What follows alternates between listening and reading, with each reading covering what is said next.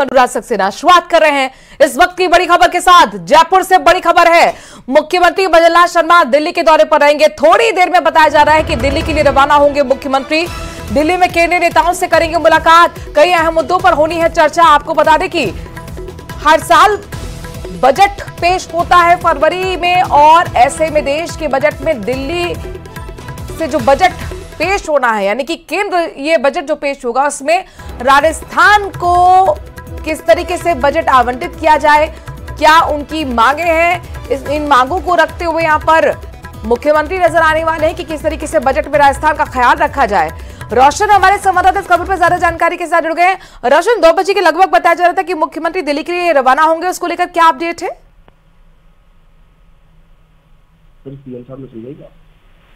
रोशन, आपको ऑडियो मिल रहा है? सीएम साहब निकल गए। देखिए, जी रोशन, भजनलाल शर्मा अभी कुछ ही देर में जयपुर से दिल्ली के लिए रवाना होंगे। बताया जा रहा है कि मुख्यमंत्री भजनलाल शर्मा दिल्ली में केंद्रीय नेताओं से मुलाकात करेंगे। राजस्थान की जो योजनाएं हैं, यहाँ का जो कामकाज है, इसको लेकर जो है वो अपनी जो रिपोर्ट है वो देंगे। करीब 2 बजे मुख्यमंत्री भजनलाल शर्मा का जयपुर से दिल्ली के लिए जो रवाना होने का कार्यक्रम था, लेकिन बताया जा रहा है कि कुछ ही देर में जो मुख्यमंत्री है वो निकलेंगे।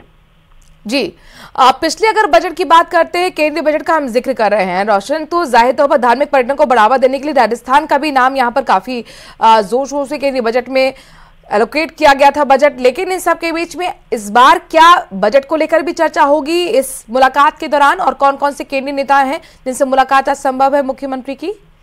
जी बिल्कुल, देखिए बिल्कुल ठीक आपने कहा है कि फरवरी में जो केंद्र सरकार का जो बजट आना है, राज्य सरकार के कामकाज और यहाँ पर जो डिमांड्स हैं उनको लेकर बताया जा रहा है कि मुख्यमंत्री भजनलाल शर्मा जो केंद्रीय नेताओं के सामने जो अपना प्रपोजल है वो यहाँ पर रखेंगे। जिस तरीके से पिछले दिनों प्रधानमंत्री मोदी जयपुर दौरे के अंदर आए, ERCP का जो है जो प्रोजेक्ट का जो शिलान्यास हुआ, उसके कहा जा सकता है कि जो 3 जो चरण हैं उनका जो शिलान्यास हुआ, तो ऐसे में कामकाज को लेकर यहाँ पर चाहे ERCP हो या राजस्थान से जो जुड़े हुए जो तमाम जो मुद्दे कहा जा सकते हैं, जो योजनाएं हैं, उनकी जो रिपोर्ट है वो जो अपनी है केंद्र सरकार के सामने वो रखेंगे। इस दौरान जो मुख्यमंत्री भजनलाल शर्मा बताया जा रहा है कि कई केंद्रीय नेता हैं उनसे मुलाकात करेंगे। नजर बनाए रखिएगा रोशन, आगे आपसे अपडेट्स ले रहेंगे। फिलहाल के लिए बहुत शुक्रिया। बड़ी अपडेट ये है कि कुछ ही देर में रवाना होने वाले मुख्यमंत्री दिल्ली के लिए। हर बड़ी खबर आप तक पहुंचाएंगे। इस बीच एक और बड़ी खबर आपको बता रहे हैं बाड़मेर से, जहां पर 2 पक्षों में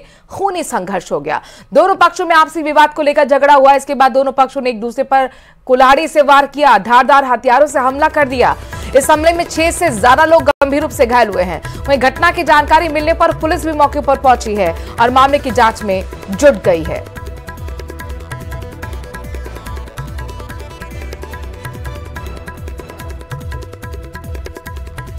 मामलो कोई नहीं, ये सोरे सलीम जी उठे, सलीम ने पन्ना उड़े सोरी में लड़ जाता हो, सोरी में लो कोई पहला यहाँ मत कोई आ रहे पकड़ी जो तो यहाँ मत रिश्वत कहे थे, मारो आरो पकड़ा दियो, आरो तो हम रिश्वत चोरी में ले लकड़ी देसी खेड़ी बटे तो पकड़ी वे कारण करनी उनको क्या है कि भाई आरो मारो क्यों पकड़ायो, तो इन आरो मेरे पकड़ायो तो पुलिस आपे पकड़ दे। और खबर अजमेर से है, यहां पर किशनगढ़ एयरपोर्ट से हंगामे की तस्वीरें सामने आ रही हैं। फ्लाइट कैंसिल होने पर यात्रियों ने एयरपोर्ट पर हंगामा कर दिया है। बताया जा रहा है कि एयरलाइन ने फ्लाइट के कैंसिल होने की जानकारी अंतिम क्षण में दी। ऐसे में यात्रियों में गुस्सा और बढ़ गया। एयरपोर्ट पर जमकर हंगामा किया गया। यात्री राम मंदिर के दर्शन के लिए जा रहे थे। किशनगढ़ एयरपोर्ट से लखनऊ के लिए फ्लाइट थी।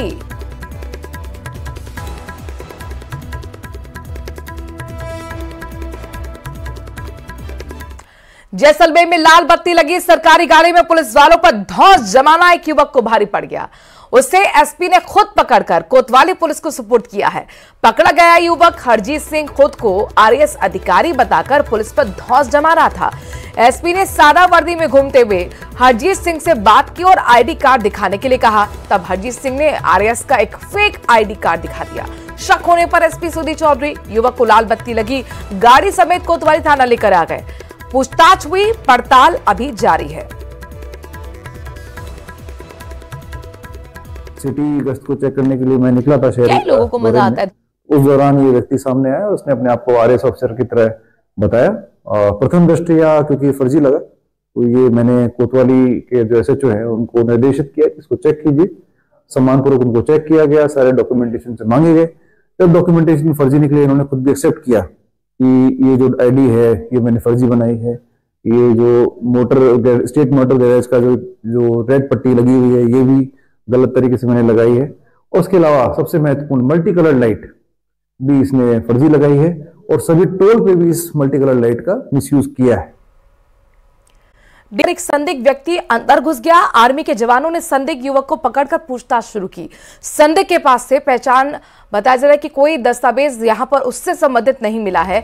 बैग में मोबाइल चार्जर है, कुछ कपड़े हैं, लेकिन फोन नहीं मिला। आर्मी ने पूछताछ के बाद संदिग्ध को पोखरण पुलिस के हवाले कर दिया है। अब इंटेलिजेंस एजेंसियां व्यक्ति से पूछताछ कर पता लगाएंगी क्या ये व्यक्ति जासूसी के इरादे से अंदर घुसा था।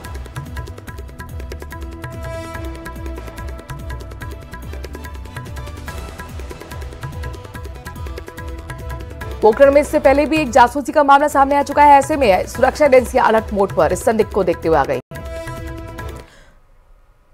और इस बीच अपने दर्शकों को बता दें कि बड़ी खबर सामने आ रही है। इलेक्शन कमीशन प्रेस कॉन्फ्रेंस कर रहा है दिल्ली के चुनावी दंगल को लेकर। तारीखों का ऐलान कुछ ही देर में होगा, सुनते हैं। Shri Ganesh ji, doctor Sukhvir Singh ji Sandhu, all my colleagues from the commission, friends from media, we welcome you to this press conference for the announcement of the schedule for the general elections in Delhi and also the by-polls wherever they are pending. जैसे अभी उन्होंने कहा कि ये इस वर्ष की पहली प्रेस कॉन्फ्रेंस है, तो I will take this opportunity to greet all the voters, all the citizens of the country और सबको बहुत बहुत नववर्ष की शुभकामनाएं। और जैसे आप सबको, सभी वोटर्स से मेरी अपील है कि खासतौर से युवाओं से इसी तरीके से लोकतंत्र में अपनी भागीदारी बढ़ाते रहें।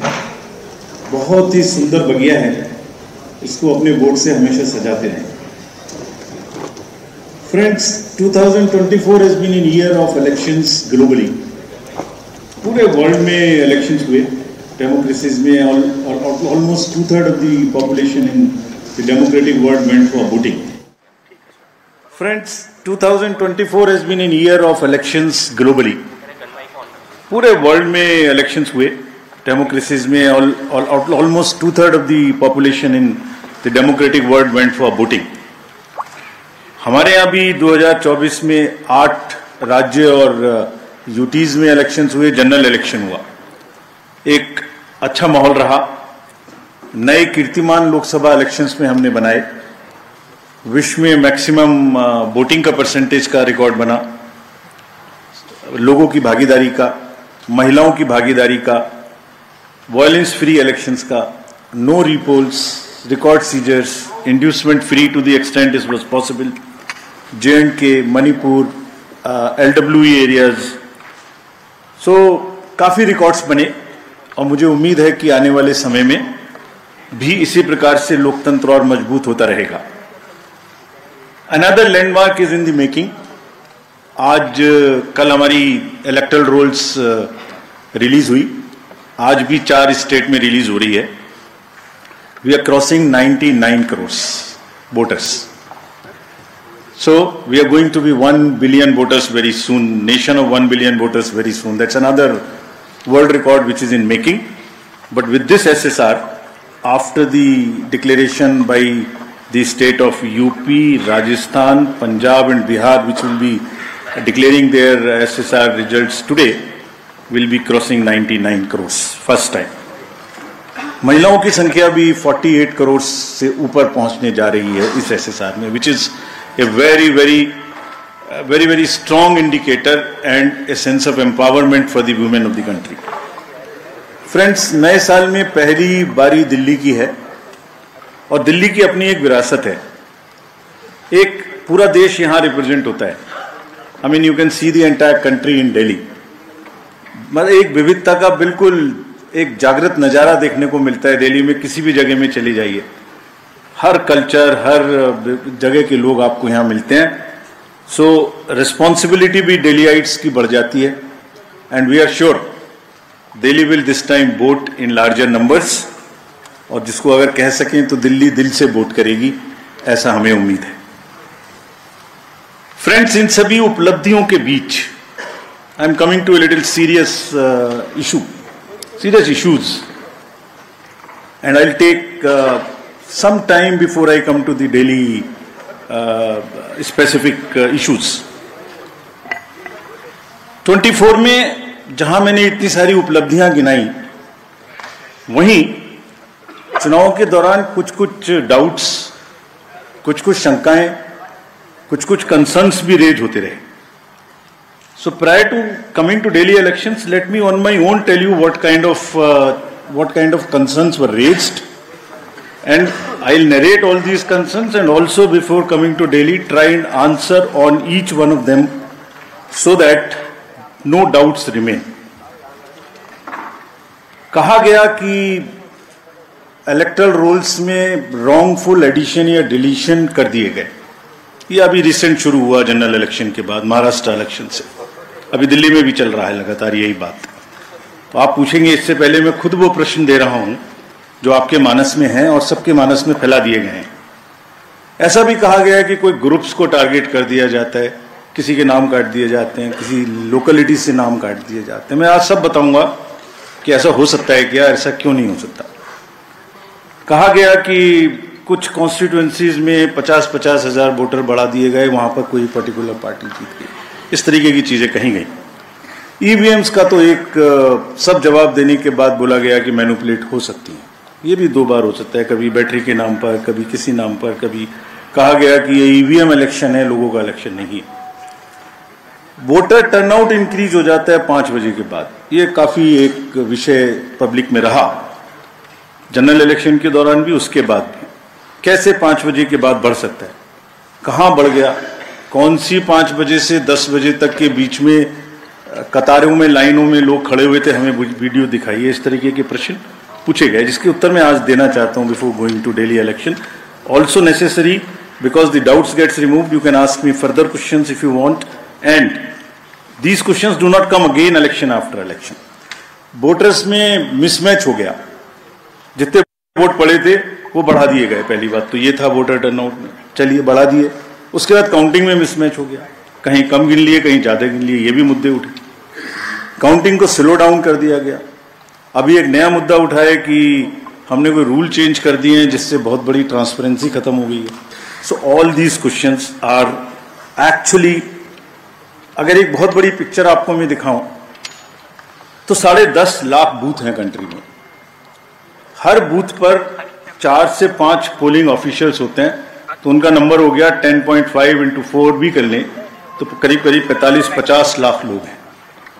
ये 45-50 लाख जो पोलिंग ऑफिशियल्स हैं, ये उसी स्टेट के होते हैं, डिफरेंट डिपार्टमेंट्स के होते हैं, डिफरेंट स्किल सेट्स के होते हैं।